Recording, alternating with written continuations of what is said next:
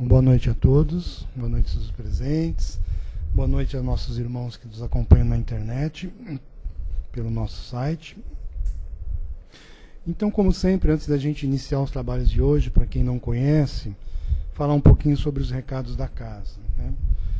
A casa ela tem atividades todos os dias, de palestras e passes, ok? Só para passar um pouquinho diferente, todo dia, então, que tem palestra, passe, tem plantão de atendimento meia hora antes das palestras, tá? Então, quem quiser ser atendido é só chegar meia hora.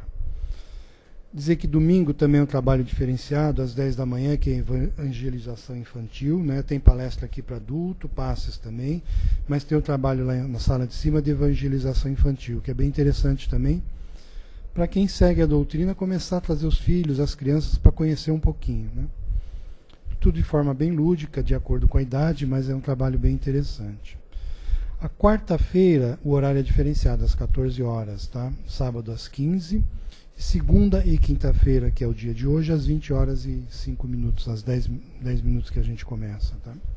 Terça-feira também às 20 horas, tem um tratamento de passe para enfermos, depressão e dependência. E sexta-feira, um grupo de atendimento bem interessante, espiritual, de apoio a dependentes químicos, tabagismo, né? E ele é estendido, né, à família, as pessoas que são amigos de dependentes químicos, que queiram ajudá-los, não necessariamente precisa da presença do dependente químico aqui. O trabalho pode ser feito à distância, ok? Nós estamos também sempre falando do curso, né, que começa agora em fevereiro, então quem tiver interessado em conhecer, se aprofundar um pouco mais na doutrina, o primeiro ano está começando agora em fevereiro, ok? Com relação aos trabalhos de assistência social, nós temos, segundo sábado de cada mês, a partir das 9 horas, entrega de 72 cestas básicas. Estamos fazendo um trabalho novo de cadastramento neste próximo sábado também, para tentar aumentar para 80. Então, 80 famílias serão assistidas. Todos os sábados, às 17 horas, a gente já tem o trabalho de entrega de lanches para os necessitados, né? Então, aqui nas imediações Santana, Carandiru, onde fica esse pessoal necessitado, sai daqui umas 17h30 e vai fazer o trabalho de entrega dos lanches preparados aqui nesse sábado. Então ele também é aberto a qualquer um que queira participar e ajudar, ok? E só para complementar, em relação ao trabalho das cestas básicas, este mês a gente está precisando bastante de leite em pó, arroz, óleo e açúcar. Maior ênfase para leite em pó. Então, quem puder ajudar, a gente agradece muito na formação das 80 cestas agora, ok?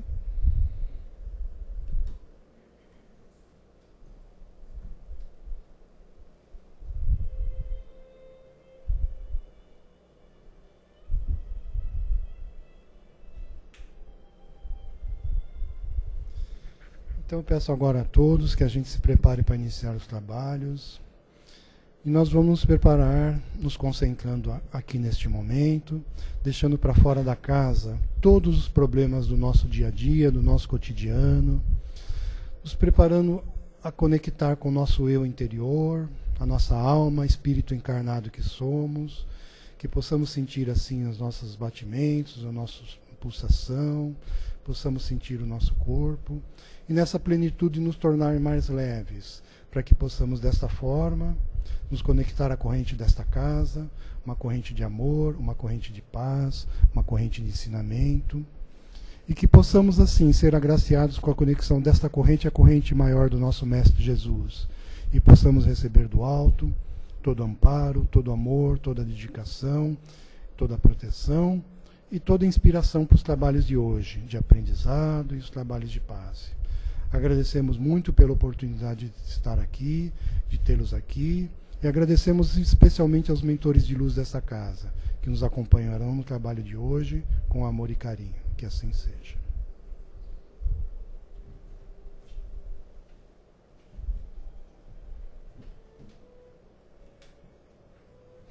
Então hoje nós teremos a palestra do nosso irmão Semi, né?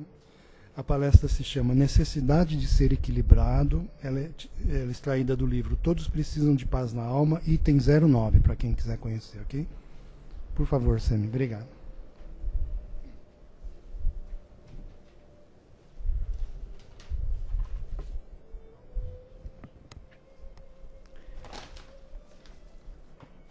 Amigos, boa noite. Como já foi dito aqui, o nosso tema de hoje é o equilíbrio. Equilíbrio, desequilíbrio. Né? Como nos mantermos equilibrados. Equilibrados em tudo, equilibrados sob todos os pontos de vista. Será que há entre nós alguém que possa se dizer totalmente, inteiramente equilibrado? A nossa própria imperfeição nos diz que não. Né? Porque para atingirmos o equilíbrio perfeito, teríamos que ser perfeitos. Né? Isso é óbvio. 100% equilíbrio, 100% de equilíbrio, talvez aqui entre nós não seja possível. Mas, com toda certeza, nós nos sentimos no dever de buscar esse equilíbrio, né? De buscar manter o equilíbrio, o nosso equilíbrio. E quando se trata de equilíbrio, quando se fala em equilíbrio, eu particularmente me lembro de um dito que eu costumo repetir sempre e muito a várias pessoas, a vários amigos, em várias situações. Um dito latino que diz in mezzo virtus, ou seja, a virtude está no meio. Tá? A virtude está no meio. A virtude está no meio por quê? Justamente porque ela está relacionada ao nosso equilíbrio. Tá? Esse meio de tudo está relacionado ao nosso equilíbrio. Toda vez que nós partimos para os extremos, toda vez que nós buscamos nos posicionar em qualquer assunto, seja ele qual for, num extremo ou no outro extremo, nós estaremos, na verdade, nos desequilibrando. Quando nos colocamos no extremo, nós, via de regra, perdemos a visão das coisas. A visão mais equilibrada das coisas. Tá? Porque nos apegamos, nos aferramos a ideias extremadas. E isso, por si só, faz com que nós não consigamos mais enxergar a realidade como ela é. Nós passamos a enxergar a realidade com uma espécie de óculos, né? Com um viés muito particular, né? Muito pessoal, e que acaba deturpando um pouco as coisas aos nossos olhos mesmo. Tá? E isso é que nos leva a um desequilíbrio muito grande. Então, eu acho que um dos segredos, vamos dizer assim, para manter o equilíbrio é exatamente buscar o meio, buscar aquela virtude que está no meio, que não está nem num extremo nem no outro extremo, afastando dos extremos, afastando das posições, dos pensamentos extremados que acabam nos tolhendo um bocado a visão. Mas a par disso, o nosso amigo Raul Teixeira, neste livro que foi citado aqui, também nos chama a atenção para outros dados particulares que também acabam nos levando ou revelando simplesmente, pura e simplesmente, o nosso desequilíbrio. Eu tomei alguns trechos desse texto que nos foi dado para trazê-lo aqui e desenvolver um pouco mais. O primeiro trecho nos diz exatamente o seguinte: é por demais complicado fazer o ajustamento do lado racional com o lado sentimental da vida, de modo a não se deixar levar por nenhuma forma de desajustamento. Então, ele já começa falando no equilíbrio entre o racional e o sentimental. Geralmente nós acabamos nos levando ou por um ou por outro. Nos deixamos levar por um ou por outro. E há necessidade realmente de equilíbrio. Há muita necessidade de equilíbrio. E isso também nos remete àquela historinha, aquele mito do anjo, né? Não sei se todos aqui já ouviram algum comentário das asas do anjo.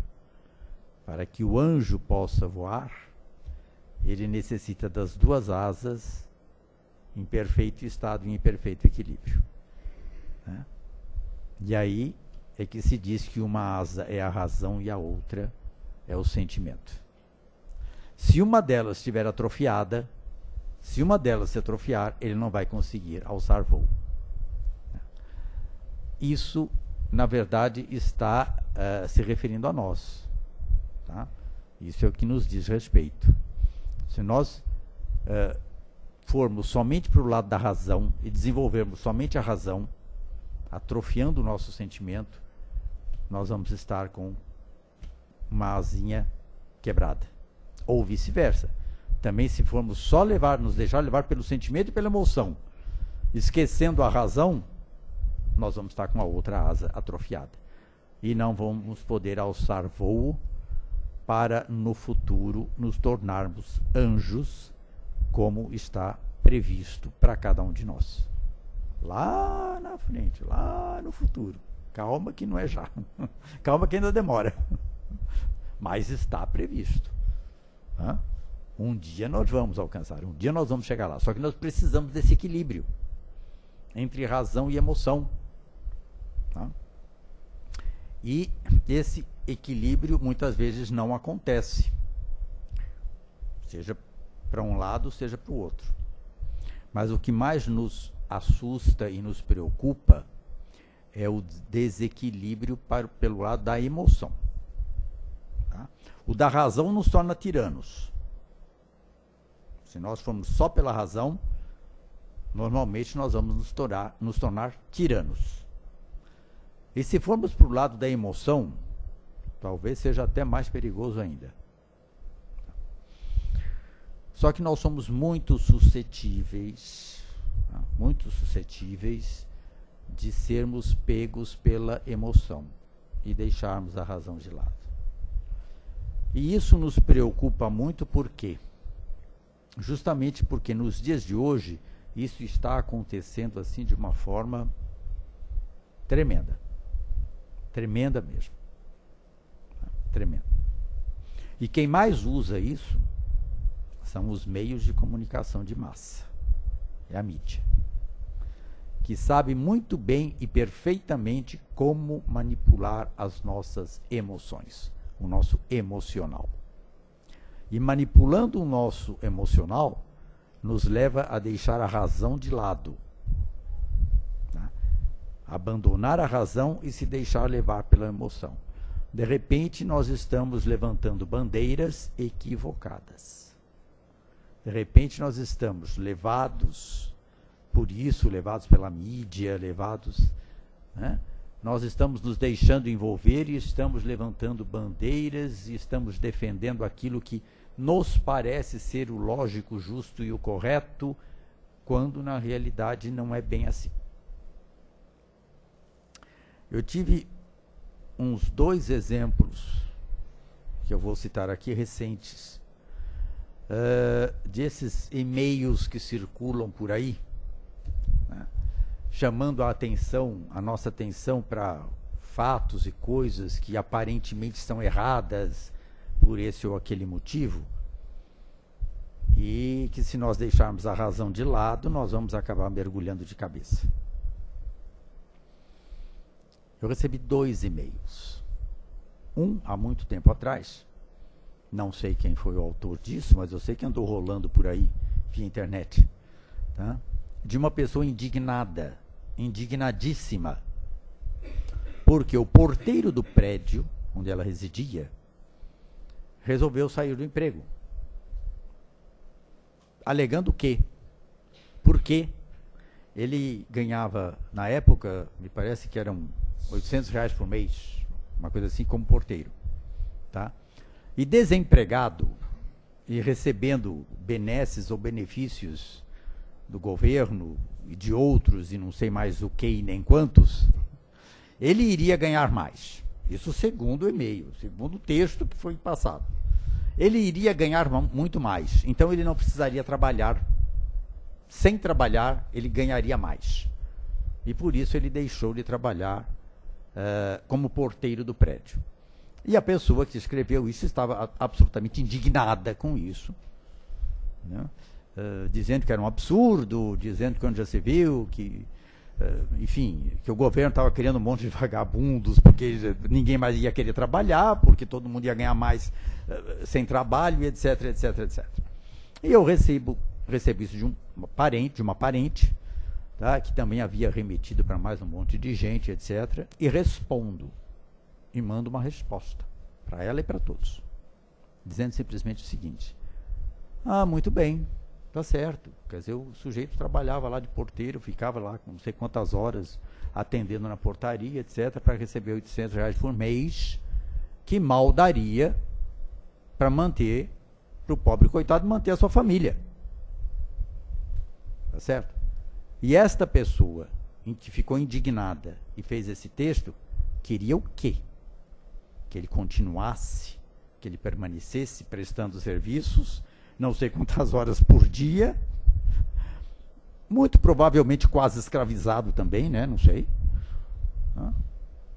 E não saísse de lá para receber mais e para ganhar mais. Ela queria que ele continuasse recebendo os míseros salários e trabalhando pelo mísero salário. E aí eu concluí dizendo o seguinte: será que ninguém percebeu ainda que o governo, ou os governos, ou sei lá quem, estão fazendo isso exatamente para melhorar as condições de vida dessa pessoa? E se você quer que essa pessoa continue trabalhando para você, por que você não aumenta o salário dela? Ainda mais se tratando de um condomínio, que todo mundo vai ratear. Por que não se aumenta o salário para que ele continue trabalhando, ao invés de ficar protestando, gritando e berrando, dizendo que o governo está errado porque está pagando para o sujeito mais do que a miséria que ele recebe para trabalhar? Por que eu estou relatando isso? Para mostrar como nós nos deixamos levar pela emoção. Tá? Essa parente minha recebeu isso de alguém, leu, concordou, óbvio, tanto concordou que repassou, e não parou um segundo para pensar. Deixou se envolver emocionalmente.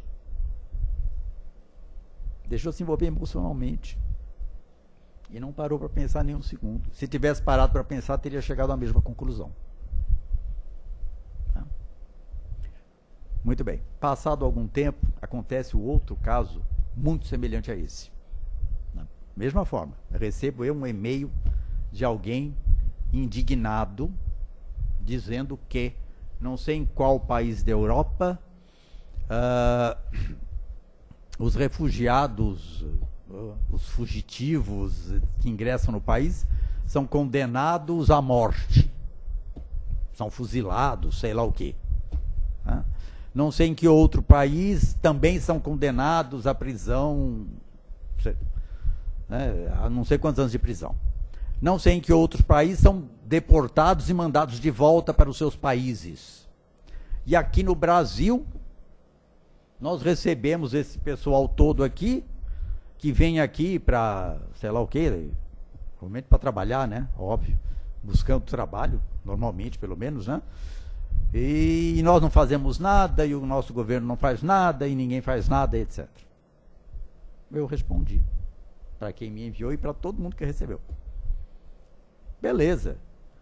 E aí? Quer dizer, então, que nós devemos pegar todo esse pessoal que está vindo de fora, fugindo da fome, ou da guerra, ou enfim, de situações terríveis, botar todo mundo no paredão e fuzilar. Beleza. Eles têm que servir de exemplo para nós, ou nós deveríamos servir de exemplo para eles? Recebendo e acolhendo essas pessoas. Será que nós é que não devemos servir de exemplos para eles? Ao invés de eles servirem de exemplo para nós? Matando, deportando os infelizes que estão aí abandonando suas próprias casas, o seu país, a sua cidade, tudo, por conta de guerra ou de fome, coisa parecida? Razão e emoção. Quem repassou isso, repassou pela emoção. Aceitou uma coisa absurda, totalmente absurda, porque se deixou levar pela emoção. Faltou equilíbrio. Faltou equilíbrio, faltou razão. Então, eu acho que a primeira parte da nossa conversa reside exatamente nisso. Não se deixar levar totalmente pela emoção. Usar a razão. A emoção, às vezes, é muito boa, né? Mas ela é muito boa quando ela serve para auxiliar, socorrer, buscar aqueles mais necessitados de auxílio e buscar auxiliá-los. Aí, muitas vezes, a nossa emoção funciona maravilhosamente bem. Mas, às vezes, como essas que eu citei aqui, ela nos trai. Nos trai e nos leva a cometer erros, algumas vezes erros terríveis até. Então, nós temos que ficar muito atentos com isso. Prestar muita atenção. Pois bem, continuando com o nosso texto, né? Vou destacar um outro trechinho. Caso venha a misturar as situações descompensadamente, perdendo-se naquilo que pretendia realizar, isso será forte indício de desequilíbrio. Misturar as situações descompensadamente, perdendo-se no que você queria realizar. E às vezes a gente faz isso, às vezes a nossa emoção também nos trai nesse sentido, né? De nos descompensar e fazer com que a gente se perca e não consiga encontrar o rumo, encontrar o caminho, saber por onde ir para chegar onde nós queremos. Tá? A gente fica meio, né, desequilibrado mesmo, né? Meio maluquinho, como a gente diz, né? Fica meio maluquinho e não consegue achar a saída, ou a porta de saída, ou de entrada, se for o caso, né, no caminho daquilo que nós estamos buscando. Tá? Mais uma vez, traídos pela emoção. Agora, continuando, um item que eu acho, nos dias de hoje, eu acho isso assim, fundamental. Vejam só. Digna de aplauso é a posição de quem sabe ser ponderado nos compromissos domésticos, sem desenvolver hábitos de irrefletido consumismo, de quem eleva o braço somente até onde pode alcançar. Ser ponderado no compromisso doméstico sem desenvolver hábitos de irrefletido consumismo.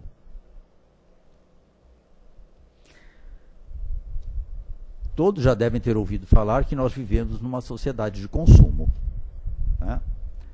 Algumas pessoas talvez não saibam muito bem o que é isso, ou não entendam muito bem o que significa uma sociedade de consumo.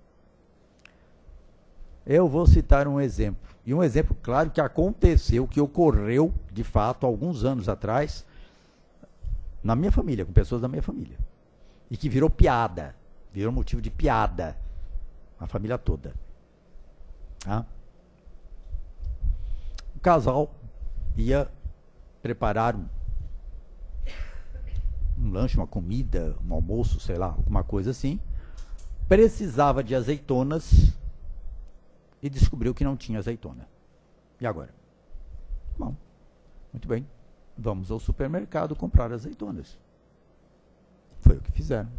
Foram ambos ao supermercado para comprar a azeitona. Saíram do supermercado com 2 carrinhos cheios, lotados. 2 carrinhos do supermercado lotados. Tinham ido comprar azeitonas. Quando chegaram em casa, descobriram que tinham esquecido a azeitona. Isso é o que eu chamo de o suprassumo do consumismo.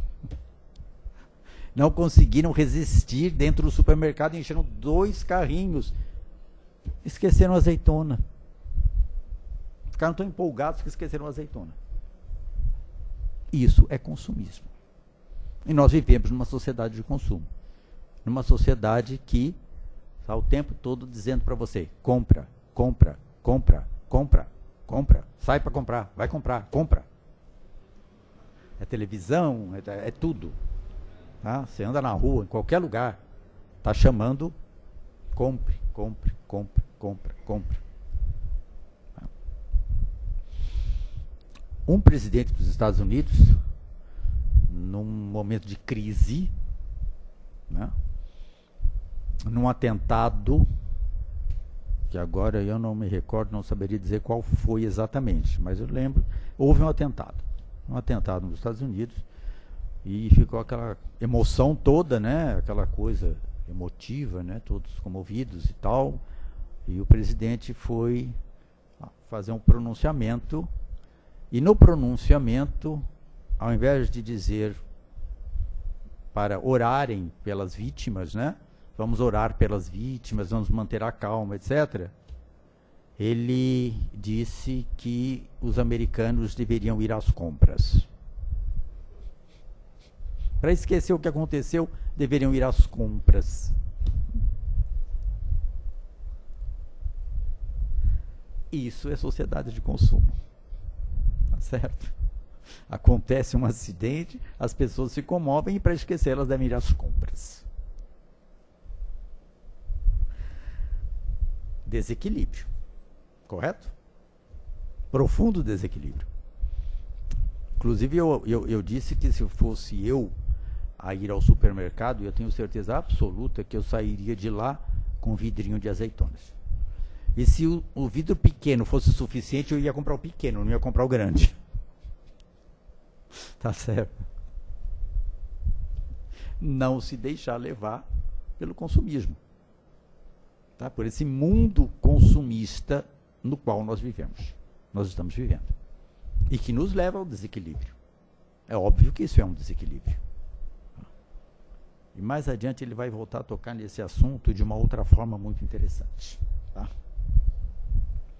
Logo a seguir, olha só.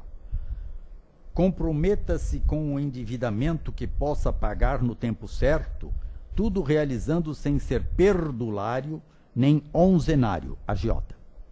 Perdulário é o cara que gasta demais. Né? Que vive gastando, botou dinheiro na mão do sujeito, ele está gastando. É o perdulário. E ele diz aqui agiota, mas eu diria em português mais claro, o pão duro. Como nós costumamos dizer, o pão duro, mão de vaca. Nem um extremo, nem outro extremo. Equilíbrio. Temos que comprar? Temos que comprar. Temos que gastar? Temos. Aliás, minha boa e santa mãe costumava dizer que o dinheiro foi feito para gastar. É fácil, foi feito para gastar. Mas gastar com equilíbrio. Equilibradamente. Tá? Precisamos comprar porque precisamos usar algum produto, algum bem de consumo, todos nós precisamos. Tá? Então compramos porque precisamos, mas não compulsivamente. E comprando compulsivamente vai acontecer o que ele está falando aqui, endividamento. Por que compramos compulsivamente? Por que nos endividamos? Desequilíbrio. É o desequilíbrio. Certo? É um probleminha qualquer que nos leva, que nos arrasta a isso, tá? E podem estar certos de que é um desequilíbrio. É um probleminha. Vai tentar resolver, né? Vai fazer uma terapia para tentar descobrir o que está acontecendo, porque não é normal. Tá? O normal seria o equilíbrio. Ainda temos mais algum tempo. Puxamos aqui um outro trecho. Embora a palavra equilíbrio possa nos impor um peso que suponhamos não estar aptos para suportar, a verdade é que não estamos renascidos na Terra senão para nos ajustarmos a todas as formas de equilíbrio que a existência nos exige. Então vejam que aqui ele coloca o equilíbrio, tá? Como algo que vai nos auxiliar espiritualmente, na nossa evolução espiritual. É isso que ele está nos colocando. Tá? A busca do equilíbrio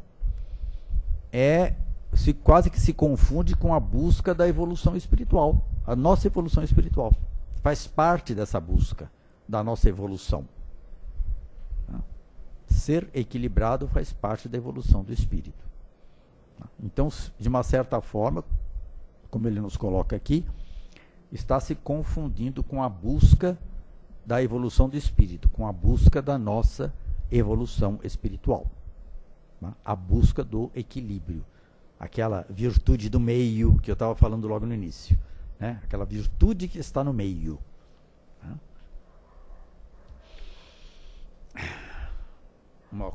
Outra coisa que me chamou muito a atenção, e eu vou ler o trecho todo, mas tem duas palavrinhas aqui que são: será necessário que nos apliquemos a aprender e praticar as lições de equilíbrio em tudo que diga respeito aos relacionamentos com a vida, com o trabalho e com o repouso, para que não se transformem em autodestruição e preguiça, com a família e com os amigos, para que não nos sufoquem nem nos arrastem a comprometimentos imprestáveis. Quando ele fala em trabalho e repouso, equilíbrio entre trabalho e repouso, autodestruição e preguiça, a primeira coisa que nos vem à mente, ou que nos veio à mente, são os workaholics, chamados workaholics, né? E eu devo confessar aqui que vocês estão diante de um, tá? Vocês estão exatamente diante de um. É o trabalho compulsivo. Trabalho compulsivo, que destrói também. Destrói. Nós temos que trabalhar, estamos sujeitos à lei do trabalho. Está no livro dos Espíritos. Se buscarem no livro dos Espíritos, tem um capítulozinho lá falando sobre lei do trabalho. Nós temos que trabalhar, sim, nós estamos sujeitos ao trabalho, e o trabalho não só dignifica o homem, como todo mundo já ouviu por aí, né? Mas ele também faz parte da nossa evolução. Nós também precisamos trabalhar para evoluir. Tá certo? Mas como precisamos do trabalho, precisamos do repouso. Precisamos dos dois para manter o equilíbrio, para estarmos equilibrados. Tá? Necessitamos do trabalho e necessitamos do repouso. Tá? E aí vem os extremos, né? Aí vem o workaholic, que só trabalha e praticamente esquece o repouso. E tem tá aqui a palavrinha mágica, preguiça. É o outro extremo. O preguiça é o outro extremo. Né? O preguiçoso é o outro extremo. É o que não gosta muito e não é muito chegado nessa coisa de trabalhar, de fazer muito esforço. Tá? É o outro extremo. Tá? O excesso de trabalho e o preguiçoso que não é muito chegado. Aliás, aqui entre nós, entre os espíritas, se costuma dizer que quando você precisa de alguém para realizar alguma coisa, você deve procurar aqueles que estão assoberbados, aqueles que estão cheios de trabalho, porque eles vão dar um jeitinho de arrumar um tempinho para fazer o que é preciso. Se você procurar aqueles que estão ociosos, eles vão arrumar uma desculpa para não fazer. E infelizmente parece que isso é verdade, viu? Pelas experiências nossas parece que é verdade. Os que estão ociosos arrumam uma desculpa para não fazer. Procure quem está assoberbado. Ele vai dar um jeitinho, arrumar um tempinho para conseguir fazer o que for preciso, o que for necessário. Tá? Mas é isso que está dito aqui. Né? São os extremos, é o desequilíbrio de uns e de outros. De um e de outro. Né? Do excesso de trabalho e do excesso de lazer, né? Da preguiça. Às vezes nem é lazer, é preguiça mesmo, porque o lazer está logo abaixo. Tá? O lazer vem logo abaixo. O equilíbrio no lazer e na festividade, de modo a não convertermos a vida inteira numa estação de férias e num continuado passatempo, fará com que sigamos sob as luzes do respeito ao repouso e ao bem-estar como devem ser de verdade. O respeito ao repouso e ao bem-estar como devem ser de verdade. Tá? Há anos atrás eu trabalhei num banco com uma funcionária que era um terror, eu achava que era um terror. Chegava um determinado dia da semana, ela passava quase que o tempo inteiro no telefone combinando com os amigos os agitos do final de semana.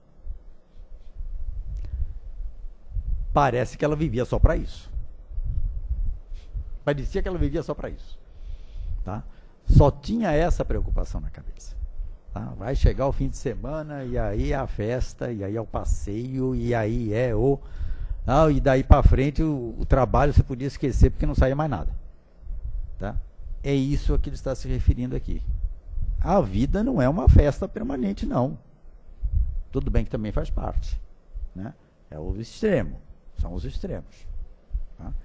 As festas, os passeios, o divertimento faz parte e é necessário. Mas a vida não é só festa e divertimento e passeio. Tem que haver o equilíbrio.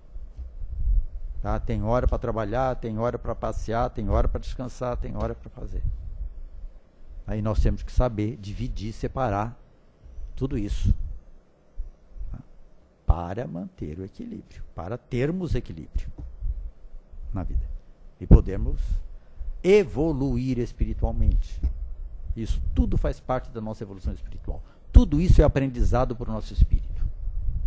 Tá? Por isso temos que ter esse esforço de manter esse equilíbrio, sempre. O tempo está quase estourando. Vou fechar aqui e encerrar. E o fecho diz o seguinte: sempre que saímos da via do equilíbrio, a vida nos impõe correções duras, à base de frustrações, de doenças, de acidentes diversos e de morte. Sempre que saímos do equilíbrio, a vida nos impõe. E isso nós sabemos que é uma lei. Isso é uma lei divina. Tá? Nós espíritas sabemos disso. Então, muitas vezes as pessoas se queixam. Né? Se queixam de problemas, se queixam de preocupações, se queixam de doenças físicas. Mas, infelizmente, até hoje, me parece que a maioria das pessoas não sabem que tudo isso decorre exatamente do nosso desequilíbrio. A grande maioria dos nossos problemas, ou a quase totalidade deles, advém do nosso desequilíbrio. Tá? De nós não conseguirmos manter o nosso equilíbrio. Tá? E aí sobrevém 1000 situações, 1000 problemas, doenças até físicas, até doenças físicas mesmo, tá? Em decorrência do nosso desequilíbrio. Daí a importância de nós nos esforçarmos para mantermos isso que nós estamos nos referindo aqui, esse equilíbrio, esse meio, tá? Essa virtude do meio, tá? Que vai nos trazer mais paz de espírito, mais saúde, certo? Mais equilíbrio na nossa vida. Essa é a nossa mensagem de hoje. Eu acho que o nosso tempo já está esgotado.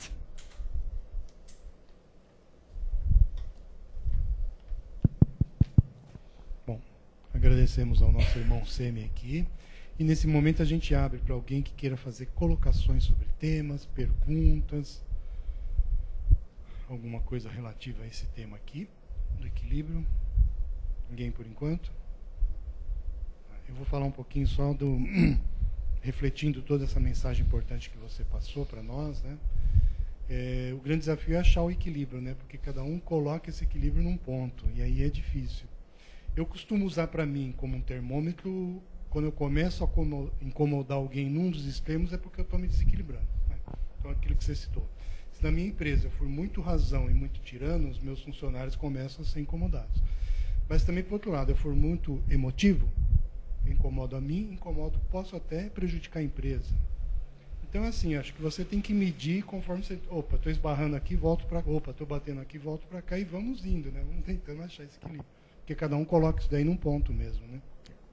Realmente. Bom, em primeiro lugar, devo dizer o seguinte: ninguém disse que era fácil.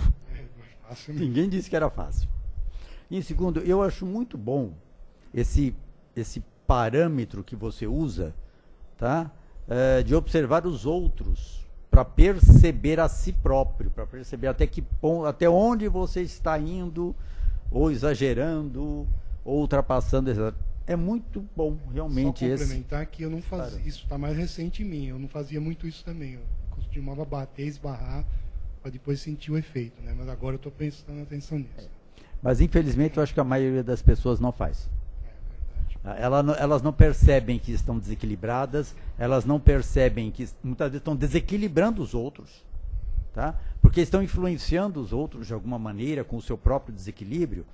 E é claro que todos nós interagimos. Estamos interagindo aqui agora, todos.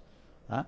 Todos nós interagimos. E nessa interação, tá, o desequilíbrio de um pode acabar provocando o desequilíbrio do outro. Tá? Isso é muito normal, muito comum. E quem se desequilibra e provoca desequilíbrio, muitas vezes não percebe. Nem que está desequilibrado, nem que está provocando desequilíbrio. Então é muito interessante essa sua colocação de observar nos outros, tá, na reação dos outros, como é que nós estamos nos posicionando, tá, e onde é que a gente tem que começar a corrigir, colocar limite. Você citou o caso que você mesmo era um workaholic. Então, sua família no momento se incomodou com isso, né? Aí que tá. Mas veja como é importante. Eu tenho consciência disso. Tem consciência. Eu sei que sou. Então o que eu faço? Eu tenho que combater isso em mim. Tá? Eu tenho que chegar um momento, e já aconteceu isso, chegar um momento de dizer, opa, você está exagerando, bota o pé no breque, você está passando dos limites, para. Você tem que ter consciência. Tem que ter isso daí. Legal, obrigado. Alguém mais quer falar? O desequilíbrio pode se estender até coletivo, como nós estamos vivenciando no país, né? Essa disfonia toda que nós estamos tendo na economia. Sim. Esse é um grande desequilíbrio. Sim. Mas é um desequilíbrio, nós temos que ver que tem uma causa, né? Porque nós nós estamos tendo um enorme desemprego, você vê a balança está caindo para o outro lado. Pouco arrecadação, não sei o que, isso cai escuta todo dia na mídia. Então são recursos que poderiam ser utilizados naquilo que nós precisamos, mas isso tem no início. Se fosse tudo bem equilibrado, conforme o senhor está explicando, nós teríamos um país a outro patamar, e o nosso país está descendo, isso é um desequilíbrio tremendo. Quer dizer, o povo está acompanhando, porque nós colocamos o nosso dirigente para trabalhar pela nossa nação, e nós estamos sofrendo as consequências de uma imprudência tremenda, e vai por aí afora, que nós vamos entrar nesse nossa casa espírita, mas nós conhecemos que são espíritos como nós. Talvez nós estivéssemos na mesma situação, talvez cometêssemos as mesmas bobagens que estamos fazendo. Esse é um desequilíbrio tão grande. Então a gente fica pensando, poxa vida, a pessoa está morrendo de medo, porque vai perder o emprego, está sujeito a perder o emprego, né? Então está havendo um monte de microempresas sendo todo dia no mercado tentando sobreviver. Então é uma loucura que nós estamos vendo aí. Por quê? Nós sabemos as causas, né? E essas criaturas, essas mentes, como é que ficam, né? Veja bem, o senhor colocou. Em primeiro lugar, eu devo dizer o seguinte, que todos nós somos responsáveis pelo que acontece. Todos. Responsáveis por quê? Em primeiro lugar, porque quem escolheu nossos dirigentes fomos nós. Já começa por aí. Tá? Em segundo lugar, porque os nossos dirigentes são o reflexo do próprio povo. Tá? Falamos muito, por exemplo, do Congresso Nacional. Porque o Congresso isso, porque aquilo, porque o deputado, porque o senador, porque não sei quem, porque não sei quem, porque não sei quem. Bom, eles simplesmente nos representam o povo. A mentalidade deles é a nossa mentalidade. O que eles pensam e o que eles fazem, o que eles agem, é um reflexo do que nós aqui também pensamos e agimos. Eu vou só citar um exemplo prático disso, que hoje está super na moda, né? Todo mundo fala da corrupção. Oh, meu Deus, corrupção. O deputado é corrupto, o senador é corrupto, não sei quem é corrupto. Aí vai na rua, e protesta, e grita, e berra, e faz, e tal, blá, blá, blá. Esse sujeito que foi à rua gritar e protestar porque o senador, porque o deputado é corrupto, porque a corrupção não sei o quê, no dia seguinte, ele vai a uma repartição pública, chama o funcionário do lado e pede para ele fazer um favorzinho, para adiantar um pouquinho aquele processo, para soltar um pouco mais rapidinho aquela certidão, um agradozinho para ele. O que ele está fazendo? Não é a mesma corrupção? Só muda a quantidade de zeros na cifra, só isso. Mas o ato é o mesmo, o gesto é o mesmo. Então eles são o nosso reflexo. Eles são o reflexo do que nós somos e do que nós fazemos. E a gente aponta o dedo. Devia apontar para eles e para nós também. Tá? Desequilíbrio coletivo. Desequilíbrio coletivo. Quer um exemplo maior de desequilíbrio coletivo do que o nazismo na Alemanha? Aquilo foi um desequilíbrio coletivo. Todo mundo apoiava. Na época, na Alemanha, todo mundo apoiava o nazismo. A Alemanha inteira apoiava. Era um desequilíbrio coletivo.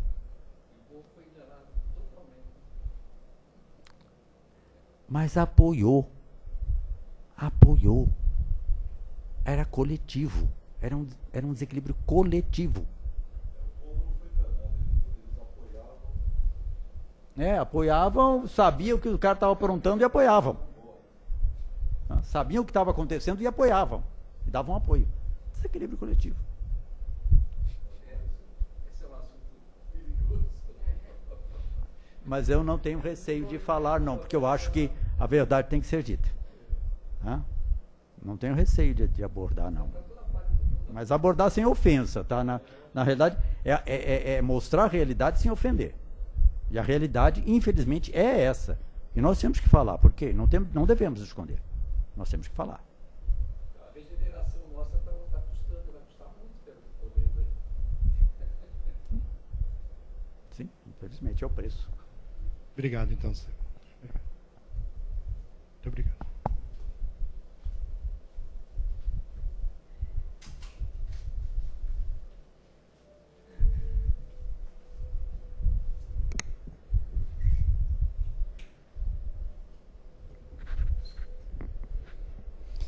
Bom, mais uma vez eu peço a vocês que a gente nos concentre, para que nesse momento de paz, nesse sentimento de amor, possamos agradecer por tudo que aqui recebemos, pelo que aprendemos, pelas instruções que nos mandaram do alto, através do nosso irmão que esteve presente aqui. Possamos agradecer imensamente aos mentores de luz desta casa, que prepararam este ambiente com tanto amor e carinho, e ao nosso Mestre Jesus, que esteve aqui presente no meio de nós, porque ele nos disse que estaria presente sempre que tivesse 2 ou mais reunidos em seu nome. Então, com certeza, ele esteve aqui no meio de nós. Agradecemos a todos esses maravilhosos momentos que recebemos, e vamos, nesse momento, agradecendo e vibrar. Vamos vibrar pelos nossos irmãos, vibrar muito pelos irmãos que estão nas ruas, que estão nos hospitais, né? Que esses irmãos nas ruas recebam amor, recebam alimento, recebam calor, principalmente o calor humano, que às vezes é o que mais se busca. Pelos irmãos que estão nos hospitais, para que tenham seus sofrimentos amenizados, pelos espíritos de luz que fazem um trabalho ali, de tratamento, de amparo. Os que estão próximos da sua passagem, que tenham uma passagem tranquila, que entendam tudo o que está acontecendo com eles. Vibrar também pelos nossos irmãos que estão nas penitenciárias, sempre lembrando que nós não podemos julgá-los, porque eles estão ali julgados pelas leis dos homens e não sabemos o que está por trás da lei de Deus. Então vamos só vibrar para que eles saiam dali melhores que entraram e possam aprender com o erro que cometeram. Agradecendo mais uma vez pelo momento maravilhoso, pelo simples fato de termos saúde e estarmos nessa casa, quando eu citei todos esses irmãos que estão presos, que estão impossibilitados, que dariam tudo que têm, às vezes, para esse simples ato de vir até esta casa, orar, aprender e vibrar pelo amor de Cristo. Agradecemos mais uma vez por tudo que aqui recebemos e pelos mentores de luz.